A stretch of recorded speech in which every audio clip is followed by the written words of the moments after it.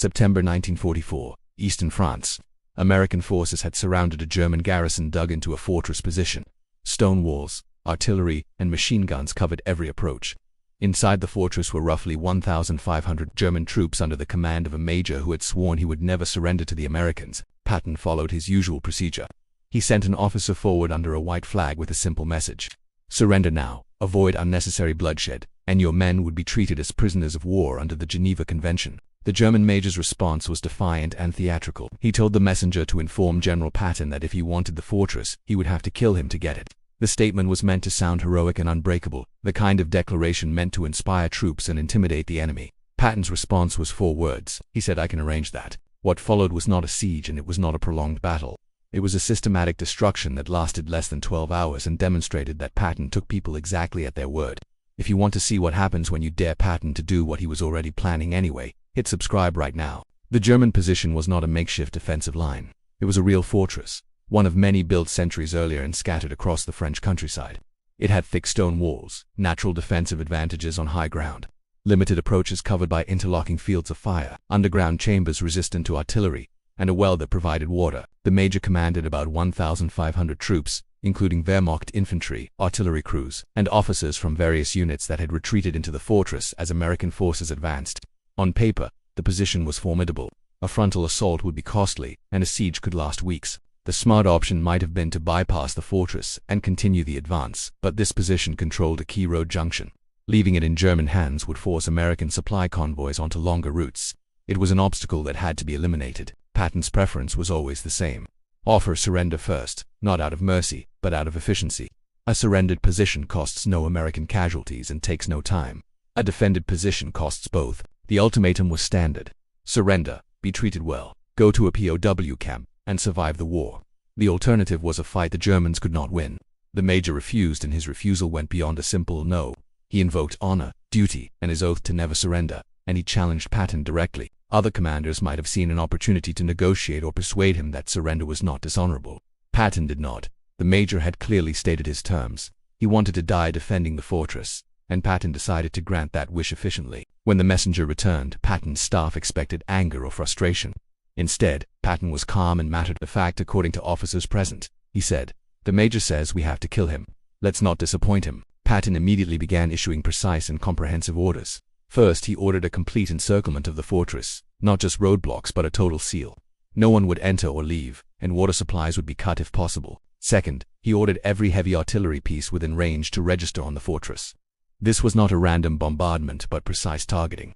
Stone walls might stop small arms, but they would not stop 155mm shells, and underground chambers would collapse under direct hits. Third, Patton ordered air support, not area bombing but precision strikes by tank-busting aircraft. Targets included the major's command post, artillery positions, and ammunition storage inside the fortress complex.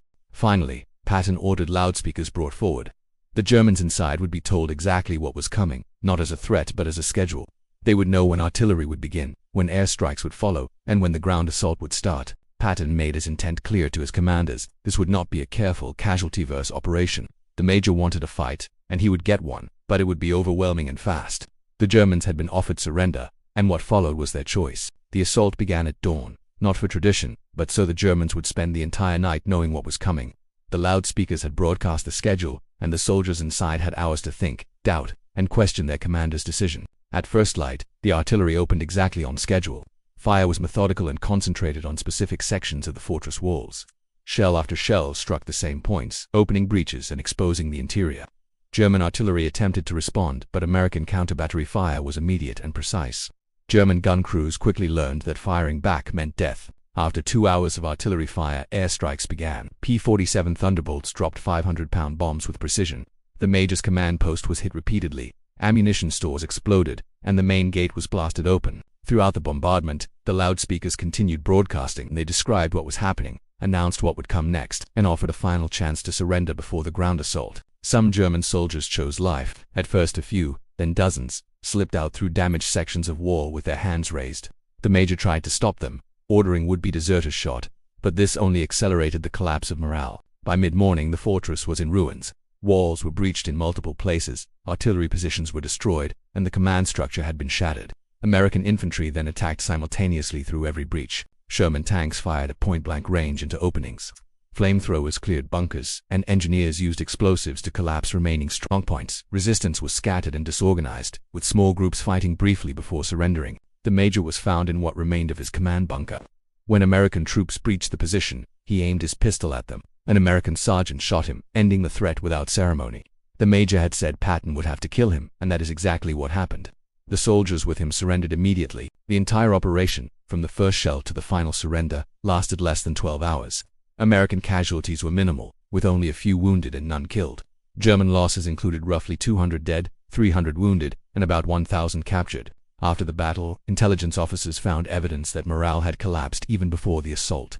Junior officers had questioned the decision to fight, and soldiers had been executed for attempting to surrender. Patton toured the fortress the next day without gloating. He simply remarked that the major had said he would have to be killed, and that was what happened. He also ensured wounded German prisoners received proper medical care alongside American casualties. Word of the battle spread quickly. For American troops, it reinforced Patton's reputation.